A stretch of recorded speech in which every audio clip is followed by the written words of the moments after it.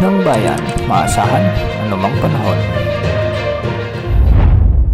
Magandang oras po sa ating lahat. Narito ang update sa lagay ng panahon ngayon at sa susunod na 24 oras. Sa kasalukuyan ay patuloy pa ring umiiral ang southwest monsoon o habagat sa bahagi ng western sections ng Southern Luzon at Visayas. Dahil nga dito, asahan ang maulap na kalangitan na may mga kalat-kalat na pagulan at pagkidlat-pagkulog sa bahagi ng Palawan. Ang probinsyang ito ay posibleng makaranas ng flash floods at landslide, lalo na kung may mga katamtaman hanggang sa malalakas na pagbuhos ng ulan. Kaya sa mga kababayan natin dyan sa Palawan, mag-ingat po at maging alerto.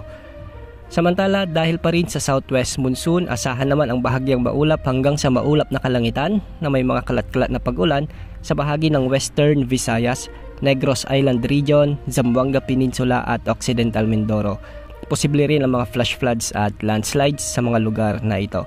Samantala sa natitirang bahagi ng ating bansa, kasama ng Metro Manila, makakaranas naman ng bahagyang maulap na kalangitan na may mga isolated rain showers and thunderstorms, dulot naman ng mga localized thunderstorms. Samantala, may minomonitor tayong low pressure area na nasa labas ng ating area of responsibility. Ayon sa Pag-asa, hindi naman inaalis ang posibilidad na pumasok ito sa ating area of responsibility sa loob ng 24 na oras at hindi rin inaalis ang posibilidad na ito ay lumakas bilang ganap na bagyo.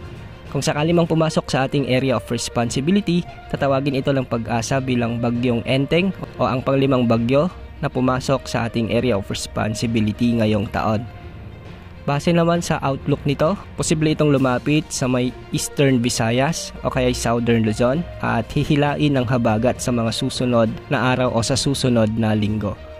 Posible itong magpaulan sa Visayas at Southern Luzon sa susunod na linggo. Hindi naman nakikita na maglalandfall ito o tatama sa anumang bahagi ng ating kalupaan. Sa ngayon, pinapayuhan na po natin ang ating mga kababayan na maging alerto o maghanda dahil hindi pa natin inaalis ang posibilidad na magbabago ang direksyon o ang magiging track ng potensyal na bagyong ito.